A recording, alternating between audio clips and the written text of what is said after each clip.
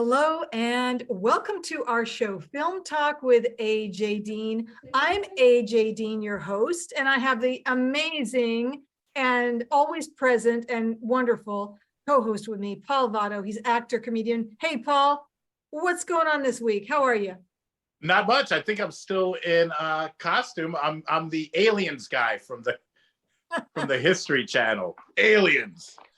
So I've got my hair all poofed up. But other than that, it's going well. I'm still celebrating Halloween, and I'm very excited that you've asked me to be here, AJ. Thank you. I'm excited to talk to our guest today. Thank you so much. And, we're all celebrating a little spooky of Halloween. This is the perfect time. It's autumn and the leaves are changing, and I just love it. So let's give a very warm welcome to our beautiful guest, Sarah Beim. She is an editor, writer, and filmmaker from New York. Hello, New Sarah. Jersey. Oh, Hi. I'm sorry, New Jersey. New Jersey. Sarah, how are you? I'm good. How are you? I'm doing great. Listen, I'm so sorry about that. New Jersey, New York. Well, they're kind of sisters. I work in both, so that's probably why I primarily work in New York. But okay. So that makes sense. So thank you so much for being here. We met on Clubhouse, Sarah, and you're one of my favorite people on Clubhouse. You are the sweetest, most kindest soul and heart. And you are brilliant. You represent the next generation so well. And I just love talking to you. I love hearing what you're up to and what you're doing. And Sarah, I'm so proud of you. So, and I know Judah and Kimberly and everybody is, and so is Paul. So I just wanted to say that. Anything you'd like to say before we start talking about your great movie posters? no, I'm excited to be here. You guys are just so sweet and incredible because I am new in the industry, and you guys are just so welcoming, and it's been really nice. I love Clubhouse. I love it too. And I'm so thankful that we met there. And Paul, have you met Sarah before? I think we've been in some Clubhouse rooms before, but just like everything, it's audio. So it's so much nicer to be able to meet here face to face. It's the second best to in real life.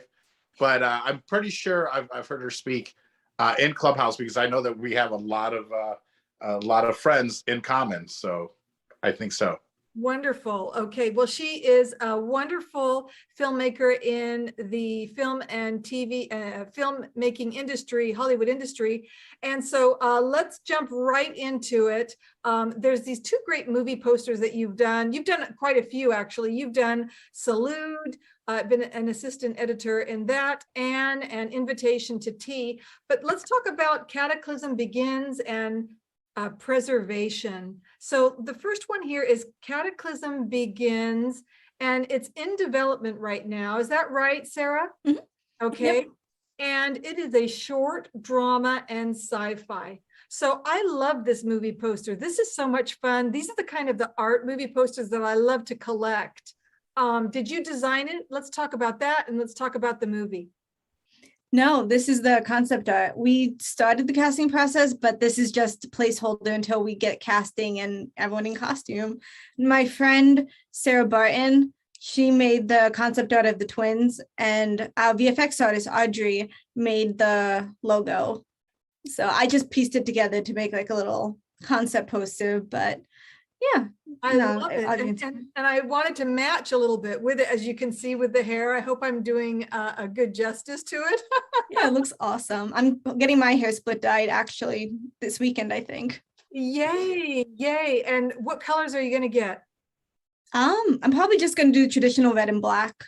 Okay. That's going to be beautiful. I love that. I can't wait to see your photos on Instagram. So be sure to take some and post it, and I'll look forward to that. Sarah, what is Cataclysm Begins? What can you share with us about it? Yeah, so Cataclysm is, I can now start talking about what's actually about because I've been kind of holding it. So basically, it is a queer dystopian YA web series that's centering around a pair of twins who are coming of age in a very traumatic time with their father dead, possibly murdered, mother missing, and government threatening to take their rights away. So it's kind of, I guess, because it's a dystopian. So dystopian's kind of like a warning of a future we could be on if we're not careful. So in a way, it's kind of putting into question surveillance, also as someone who's queer, I just came out last year. It's kind of talking about like that kind of rights. Now we have like the don't say gay stuff and all that happening. It's kind of putting that into a different perspective. And it's like, what happens if not just like gay marriage and that kind of stuff, like what happens if there's rumors that could be completely taken away? So it's kind of seeing that from a kid's perspective. I love this because it's so When true. can What we- would, it's in development now. When can we think about, maybe we can see it? When will it be done? Do you know? Right now we're mostly just trying to figure out like financing and stuff. We're talking with producers right now and hopefully going to have a crowdfunding soon. We're aiming to start at least the pilot. We want to film the pilot Yeah. at the beginning of next year. So hopefully the middle of next year, we'll have at least the pilot or something. Still trying to work that out, but definitely 2023. 2023. Okay, we'll look out for that. And everybody look out for Cataclysm Begins. Paul, what are your thoughts on this? Isn't this a fascinating and timely and wonderful movie, the subject and topic? You took the words out of my mouth. I was going to say how timely it was and what a necessary, discussion that needs to be, that should be held. And it's a shame though that it's, 2022 and we're still talking about this and there still needs to be touched on and whatnot. So thank you for doing that. Thanks for putting out something like this that really speaks to people. We do, we could be going down the wrong path here. So it's great that there are artists out there and content creators that are making things to speak on what's going on in society today. It's a dangerous, slippery slope. Yeah, because I just came out last year because I was closeted for a decade because I didn't feel safe and it's not fun. And as someone who knows what it's like to feel like that, I really want to help just open doors for people and stuff and help bring that safety because there's no point that a government should be having a say on who we love. Yeah. Like and stuff like that. So Absolutely. How do you feel now? Do you feel more free now, Sarah? definitely I'm a better place in my life now. Like I have a better handle on my life now that I surrounded myself with people that make me feel loved and accepted and stuff. So yeah. That's what it's all about. I'm so proud of you for doing that. And I'm proud of you for being you. Regarding Cataclysm Begins, the film, I'm hoping that this film will help educate and change the minds perhaps of the system. Is that part of what is in the story? Definitely. Yeah. It's the centers around the main four are different, represent different parts of the community. So it's just trying to just normalize it. If it's brought up, it's really just brought up because it has to in a sense. So it's just really trying to normalize like, yes, it's who we are, but it's not everything that we are. There's more to us than just that. And that makes sense. It does. It makes perfect sense. And I just want to compliment you and your generation. Your generation is so real. They're so authentic. They say it like it is. They want to get directly to the point, and they want more of how, a balanced life should be. And I'm just so thankful for you because I'm learning also. And your generation is paving the way for less restrictions in this life and for more freedom for each of us. So I just want to thank you, Sarah, as a great voice that you are. And as a filmmaker, filmmakers are so powerful because you're the storytellers and you're the ones that can change people's minds. So I just love this so, so much. Anything else you wanted to share about Cataclysm Begins? Maybe I just covered it. I'm very excited. The director that I've been working with is incredible. The VFX artist, graphic designers, I'm so excited. And shout out to my director. It's her birthday today. Quick shout out to her. Yeah, Catherine's just been so incredible. Like she really helped me with solidifying the script. She hasn't just been like the director. She's been like my partner in crime with this. So none of what's happening would have been possible without her. So I had to give Catherine a shout out. Yes. Hello, Catherine. And thank you so much. It really makes a difference when you've got a great team and a partner, people you trust, and they get you and they understand, and it works. There's this simpatico that happens. Isn't that right, Paul? 100%. That's right, AJ. Yeah, you've been on teams where it's worked really well together. It's just kind of gelled, right? Yeah, of course. I've been on my experience, of course, is like with improvisational comedy and improv teams and things like that. But yeah, I mean, when it works, but also, business wise, when it's clicking along, or even, last week when I worked on Ted, Seth MacFarlane's new show, to watch another team do it, and it's like this fine, well-oiled machine. I mean, it's incredible to see teams work like that. So yeah, no, I've been a part of great teams. I've been a part of horrible teams. So I think we're a great team too. What do you say, Sarah? Do you think Paul and I are a great team together? Yeah, I was watching other episodes and you guys have really good chemistry. It's fun watching you two. that's because I let AJ do all the work, and I'm just here, for my looks, I guess. I don't know. Yes, that's right. No, it's so much more. It's your looks plus it's everything about you. You have so many multi-talents. You're a great host, actor. Paul has his own podcast. What is it called, Paul? It's called Paul Vato Presents. And it's like this. It's just me, though. And then we do usually a little bit deeper dive. Like, I would love to, ask more, I guess, maybe intrusive questions, like what your family, how they dealt with you coming out, if it was even an issue, things like that, and your background, where your family's from. Because I find culture very interesting, and I also find culture clash very interesting, people from different backgrounds maybe getting together. Or so yeah, if anyone that's listening, please check out Paul Vato Presents. If you go to paulvato.com, all of my links are there. Anything from my podcast to my book to all my social media links and brand ambassadors stuff. My cigars for Vato Cigars. So yeah, that's right. Thank you, AJ. You're so welcome, my dear friend. And so yes, follow and subscribe and support Paul Vato. He's a wonderful actor and comedian and my friend. And so thank you, Paul, for that. And speaking of controversy and things like that, can you talk a little bit about coming out and how your parents felt and all of that? If there was any controversy or if they were supportive, please share with us a little bit about that, Sarah, if you would like. Yeah, no, I got very lucky. Like, I didn't have like a traditional like coming out. It's just like I was. So I just was closeted for a while just because certain people in my life were like one of those kind of people that's like, it's a phase, it's whatever, just because based on their personal experience. So if they experienced it, then that's how it is. So it's just 2020 with everything that happened in a way kind of was good for me, just having that time to just reflect and just realize like I can do better for myself because I'm diagnosed with anxiety. I'm very open about my mental health and stuff. So I needed that time to just reflect. So just getting certain people out of my life and really thinking, and this film too, like the script didn't really start out as much, like it had some of the same themes, but I guess as like the film evolved is kind of how I evolved.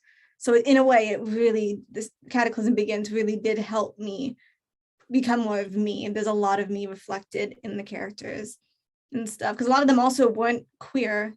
They, like, as I was coming into my own sexuality, they were too. So it was very therapeutic for me writing this. And that's why I'm very attached to this project. And I'm so excited for it to come to life. It's been a big passion project for the last, next month will actually be 4 years. So, wow, which is crazy. Amazing. It's a really, really wonderful to hear.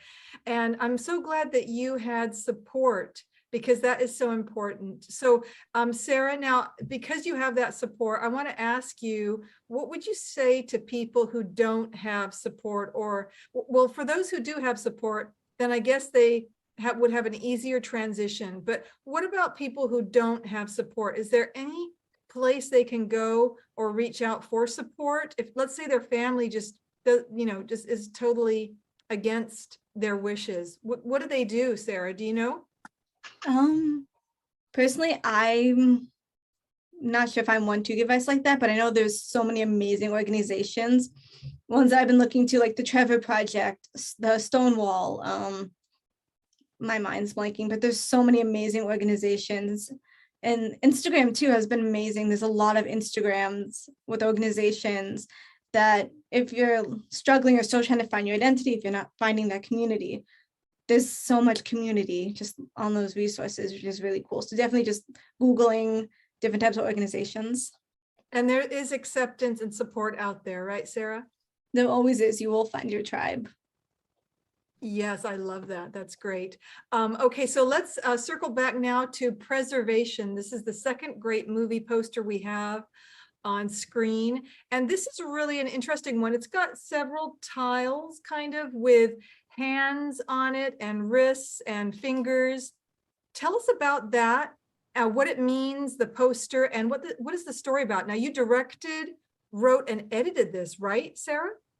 Yeah, so it was my college thesis film. I've written dystopian stuff, but for my thesis, I kind of wanted to branch out because especially in my kind of school as editors, I don't know. I don't want to get into my school because that's a long story, but I just wanted to try something new. My school's not really accepting when it comes to kind of sci-fi stuff, but I knew like this is what I wanted to try. So basically is about another dystopian world. Though this one is a little more politically based. A lot of my films are like a what if question. So this one started off, but it's nothing like that. You won't see. Basically just start off like the idea of what would happen if Trump built that wall.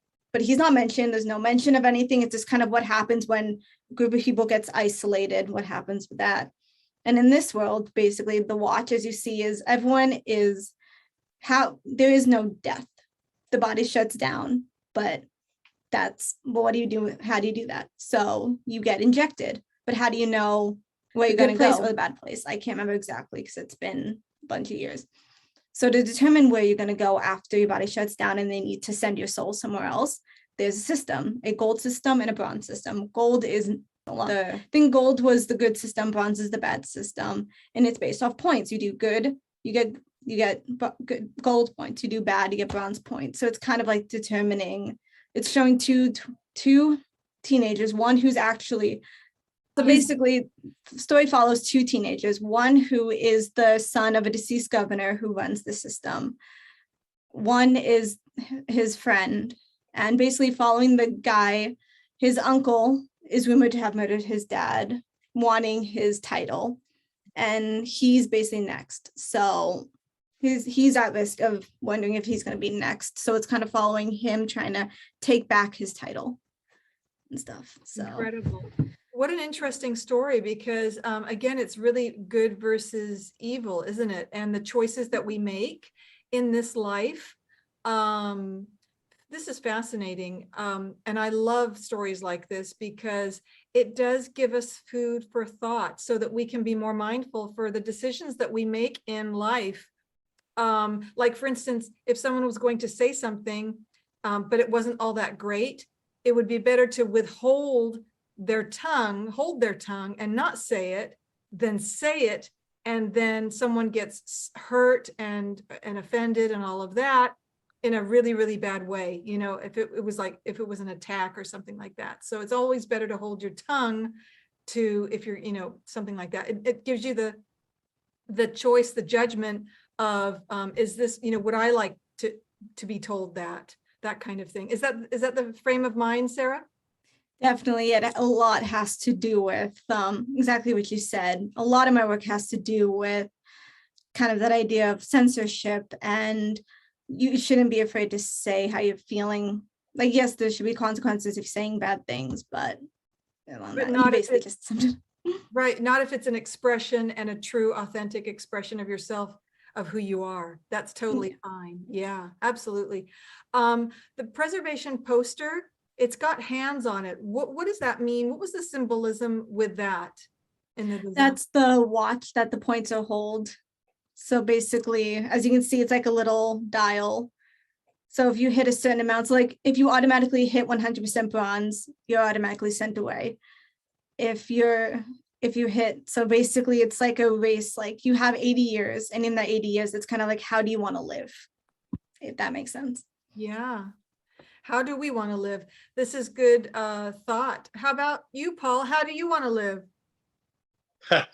It's such an interesting question. I mean, of course, you want to do as much good as you can for as many people.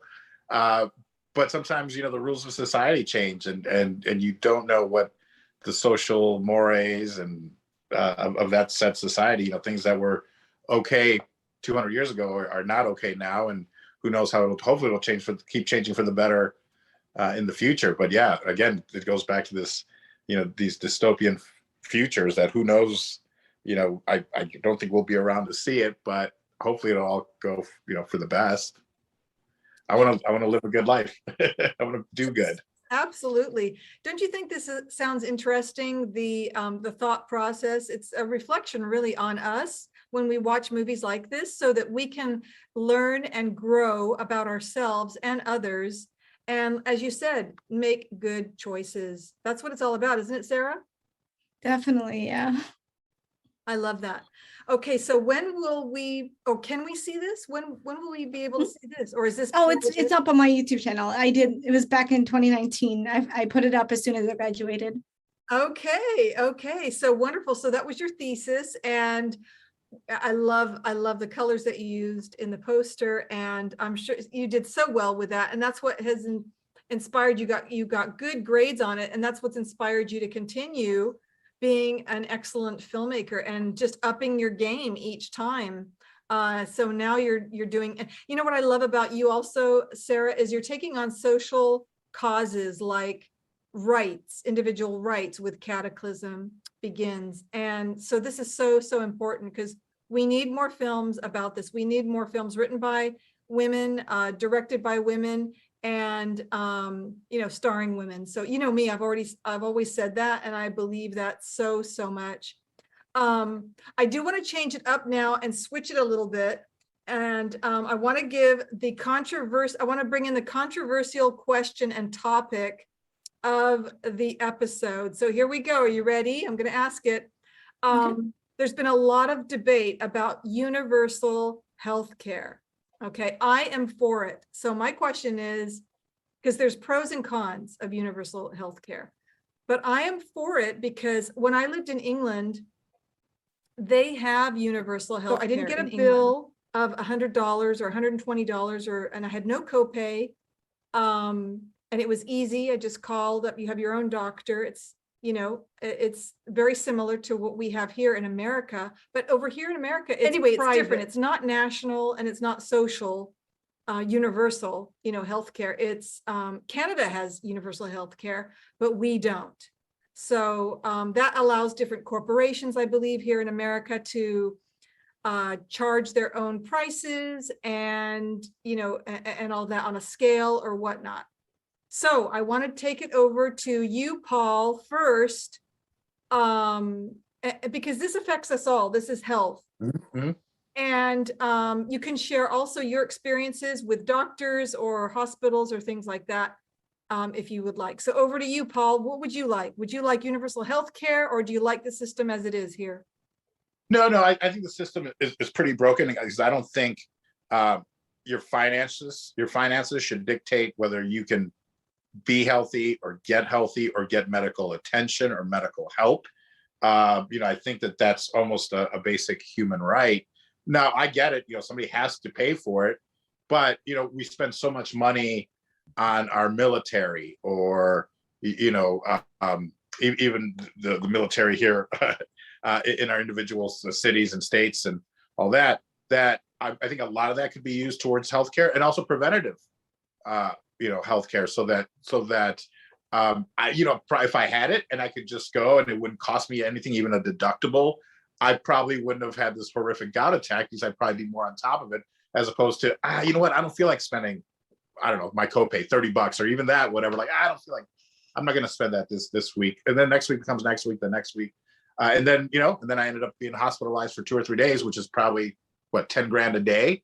Right. So insurance is a necessity, but again, I don't think that if you don't have insurance, that, your life is worth less, and it's like, oh, well, only the rich people can really afford medical treatment. But that's kind of the way it is. So I wish that there was some kind of universal healthcare, and I wish I could maybe speak on it more eloquently and more knowledgeably. But sometimes if it doesn't affect you, you don't research it. But now that I've spent a little time in the hospital, I was like, wow, I can't imagine if I didn't have insurance, because there's no way I could have survived that pain with this horrific gout attack, level 9 pain, and then gotten, okay, I mean, can they tell you no if you call an ambulance? They're like, well, okay, what's your insurance? Oh, I don't have it. Okay, no, we can't pick you up. I mean, then you're dead in the water. So there has to be something where everyone can get medical attention when it's necessary, not just an emergency room, but also, like I said, preventative and things like that. That's I don't know. That's my 2 cents. I agree 100%. And also, there's a lot of people in America that can't afford insurance. Over to you, Sarah. Actually, what do you think about universal health care? What's your experience with it? Either hospitals or doctors and or your parents or your family. What's your opinion of it? Yeah, no, we definitely need some sort of universal health care. Like, it should not be a privilege to be healthy. Respecting their privacy. I live with someone who survived breast cancer. I have a parent that has really bad health issues, and if it wasn't for my mom working at a school and having that insurance, like, I don't know what we would do. I'm on myself, like, I have medications of my own. Like, it's ridiculous that these companies can treat people like that, like it's a basic necessity. And like, I know for me personally, I needed to get diagnosed with ADD and anxiety. It was really negatively affecting my life. Well, if you want an autism test, if you want an ADHD test, those things can cost thousands and thousands of dollars. It is ridiculous that for me to be able to function, I would have to set aside thousands and thousands of dollars. So I got lucky, though, that with my mom's insurance, my own primary doctor could diagnose me, so I didn't have to pay that. But it's like, as someone who knows what it's like to have those mental disabilities, like, it's really not fair that people have to go through that. And like I was saying, the person that I know that had breast cancer, if it wasn't for that insurance, like, that's not cheap. Like, cancer and stuff, treatments and all that, those take years, like all the constant, like, weekly, monthly hospital bills. Like, no, like, that should, to want to beat cancer, it's a human right. So I'm all for, like, universal healthcare. It should not be a private matter. I mean, it's private between the person and the doctor, but like, big companies should have no right to determine how much something costs. It should be provided to us. We're born, it's our right to be healthy, to get that health treatment. Yes, Sarah, yes. And so that's why I think, the United Kingdom and Canada, our new King, Prince Charles, is going to continue with universal health care. And I think it's the way of the future. I felt very taken care of when I lived there. And you're right, Sarah, those costs, and Paul, you mentioned that as well, the cost of the tests and other things, whether it's scans or medication is going up and more costly than ever as well. So something needs to change. It definitely needs to change. And so hopefully someone will listen to this. Maybe someone in the know will watch this episode and then please change it for us, because we need the change, right? All right. Well, thank you both for that. I'm doing this new series, talking about controversial things, and I appreciate your opinion. And it looks like we're going to have to start wrapping it up. We're running out of time, unfortunately, but it's gone so fast and I've enjoyed it so much. So we're going to go around and do our heart messages for everybody. So let's start with you, Paul, our heart message for this week. Wonderful. I should have maybe been thinking about it, but I was too intently listening to our healthcare talk. But no, it's wonderful to meet young professionals like Sarah that are, kind of in the forefront of the new generation, the new Hollywood, which I think understands, what we have to do, what stories need to be told. It's always great to hear these stories that come from those of us that are less heard, whether it's people of color, LGBTQ community, and everyone, and to hear people's struggles, because I think, shows like this, even if it helps one person, a young person that's having trouble, and maybe they'll see the light and won't do anything so desperate, but will realize that they have a voice that also needs to be heard. When I studied with Del Close in Chicago at the Improv Olympic, something that he left me with was, everyone has a story to tell, and you can't tell those stories if you're not around. So I think having mentors and inspirational people like Sarah is fantastic, and hopefully, us a little bit, with our show, that maybe it'll speak to somebody, and it'll either motivate them to work, or and get their work out there, or to tell their stories, or at least motivate them to stick around and do it. So yeah, I don't know if that's a heart message, but keep creating content. Yes, I love it. Thank you so much, Paul. And remember, Paul has wonderful cigars. I just want to say, Vato cigars. I have mine here. I'll always treasure it and cherish it. And it's absolutely wonderful. So check those out, and check out Paul Vato presents his podcast and buy his new book on Amazon. So thank you so much for that, Paul. Very beautifully said. And Sarah, over to you for your heart message. Yeah. So what is exactly a heart message? So a heart message is, I can go next if you like. A heart message is something from your heart that you want to share with the world, that you think is important to share with the world. It can be a shout out to somebody. It can be a message. It can be your belief. It can be a statement.